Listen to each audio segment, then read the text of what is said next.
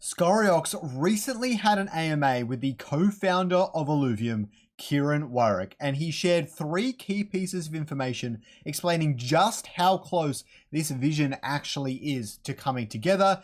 And I think it actually blew my mind. Not only that, but I actually bought some ILV recently, partly because of this interview. Now, right now, Illuvium is like a Ferrari, but someone went and replaced the engine with one from a beat up Camry and swapped out the wheels for wooden ones you might find on a toy car. Now, from a distance, it looks pretty, but you wouldn't be caught dead driving it because it would probably run like shit. But by the end of 2025 and maybe even Q3 2025, all of that changes drastically. I'll show you exactly what Kieran said, why it's insane, and everything we can get excited about regarding Illuvium in 2025. So please like and subscribe down below if you want to see more content like this, and let's jump into it. This first one is insane. And so I asked Jeremy on Monday, and I was like, man, this is going to come up. If we turn around after July and this tournament goes really well and retention's high, we're gonna be sitting here saying, like, we need to go to mobile. Like, how long is that realistically going to take? And he was like, well, the art is basically done, dude. Like, and I was like, as in all the characters now are pretty much done in terms of the mobile optimization. And he was like, yeah. And Ergen has already started the process of the mobile port, and so I'm not going to say what he said. Tell us. No, he was like, dude, it will be weeks, and I was like, what? I think I'm saying that right. Ergen said it's going to take a matter of weeks to get the mobile version ready. Now, obviously, it's probably going to take a lot longer than that, but showing that they have confidence, showing they understand it, and Kieran also has talked about in this interview how he actually had a playable version of mobile, unoptimized though, probably run like absolute crap, but it functioned, it was on mobile, all running, playing the game and everything like that, already in the past. So it's not such a pipe dream that mobile, maybe not in Q3, but I think it's definitely coming in 2025, and that is what's going to launch Arena in particular, and maybe the entire Illuvium ecosystem. Now, the next thing is he started talking about the MMO-Lite. Let's have a look. The vertical slice is the first thing. Outside of the boss battle, we may give the boss battle to the Overworld testers, which is that sort of tight-knit group first. If we don't do that, then the first thing that will go to testnet is the vertical slice. Now, how we're looking at doing this is we're basically, instead of us giving piece by like patch after patch after patch after patch, we think that in this space particularly, it's much, much better to just grab the attention in one foul swoop, right? Like, we could No Man's Sky it. So sometime in 2025, he's going to put together the vertical slice, all of the major components. They're not going to be fully polished and it's going to be a little bit janky or whatever else, but he's going to try and put together all of these components sometime in 2025 and let people play through the gameplay loop. He talks about things like the boss battle at the end, that's a big part. The different progression systems. You won't be able to go down every single part of the skill tree, but there'll be some element of it there. Capturing an alluvial, I'm sure, is going to be a component of it. Fighting all of the new enemies are probably going to be major. There's going to be some level of quests element, I believe, probably going into the game.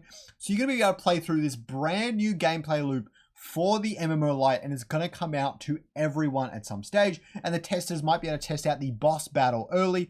We just saw some new info on the boss battle, but go check out Kieran's Twitter if you want to see it. Okay. So the last thing from Kieran before we get deep into the roadmap and what's super bullish about these new roadmap elements, let's have a look at this. This is all about set 1 and set 2 Aluvials, and I cannot wait for this. And saying, in this new game, you got all of these new features. You can only capture these Aluvials for a set amount of time, call it, 3 months or whatever. And at that point, it's gone. So we use it as an amplifier to those people who are like, ooh, do I jump back in? Do I not? It's like, well, this is the last time that you can go and capture the Inferno Ram fight, you know? It's going to be a limited time, hopefully a limited time window for the remaining Aluvials. That's really important because it's going to drive up the excitement for it so much more than it would otherwise. Not only because the players that have already been here are going to be like, cool, something new to catch is coming soon, but the players who haven't been here yet have been fading Illuvium and might go, okay, Illuvium looks pretty fun now.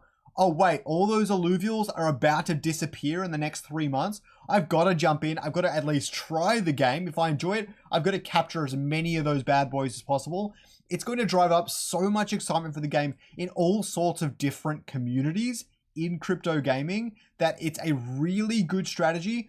I hope that they slowly cut off Aluvials, like maybe Ramfire lasts 2 weeks after the set starts to like transition, and then maybe Titanors another 2 weeks after that, and so on. And so they slowly kind of fade away rather than maybe all at once. But at the same time, either way, it works very, very well. I'm really excited for that. The other thing we got revealed to us was the roadmap and everything that's work in progress and coming soon. This is mostly a 2025 roadmap, but probably includes a lot of things for 2026 as well. But let's have a look at everything that I've highlighted here. The first thing I've got is the vertical slice multiplayer, companions, and boss encounter. These are the 3 key parts of the MMO-Lite loop. Great to see them there. All these other things are really cool as well. But vertical slice combat is really big as well. Right now, the game is actually, visually it's great. The level design is actually pretty cool. It's not perfect, but it's fine. There's not enough things to do. So it'll be good to see some of that, but that's not really on this list, unfortunately. It's not like, there's quests, but there's not like new shrines or something, although I'm sure that'll be incorporated. There is exploration content, which is pretty cool, but really the game is missing an engagement hook. Multiplayer would really, really help that. Companions obviously would help you use your Aluvials outside of the auto battler. Boss encounter, obviously a little bit more strategic thinking, have to actively play against a single opponent for an extended period of time, which takes a bit more strategy and things like that. And combat, which means you're actually going to be hitting things, shooting things, using your Aluvials on things as you run around the world, which is something we need now, right now. But I'm glad this is coming soon. For the arena, we have the battle pass, which I think is going to improve user retention significantly, which will also get queue times down, help with user acquisition a little bit and things like that.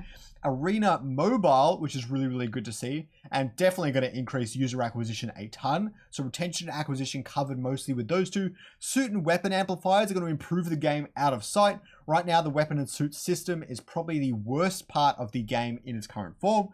And game localization, which assists the mobile side of things and really just unlocks 70 to 80% of the world that cannot currently access Illuvium. More importantly, it unlocks 70 to 80% of the player base that has interest in auto battlers as a genre. So game localization is really huge for Illuvium. And beyond the Wave 4 promo, I'm just highlighting that here because I know who the promo partner is. I know kind of what's planned for that. It's really exciting and I cannot wait to see it all unfold. Just get excited for that. Trust me. The Zero stuff is really cool as well. Websites, unified store. Now, I'm hoping this means putting the store into the game client, which is one of the last missing pieces in terms of Illuvium's marketplace and Luvidex that really is necessary here. Staking V3 layer 2 is going to be really cool. If people earn rewards in Illuvium, the ability to have them stake it inside Illuvium on layer 2 and everything like that would be really cool, would really assist with the migration of ZK EVM and just be overall really exciting. The other thing, nope, that didn't work.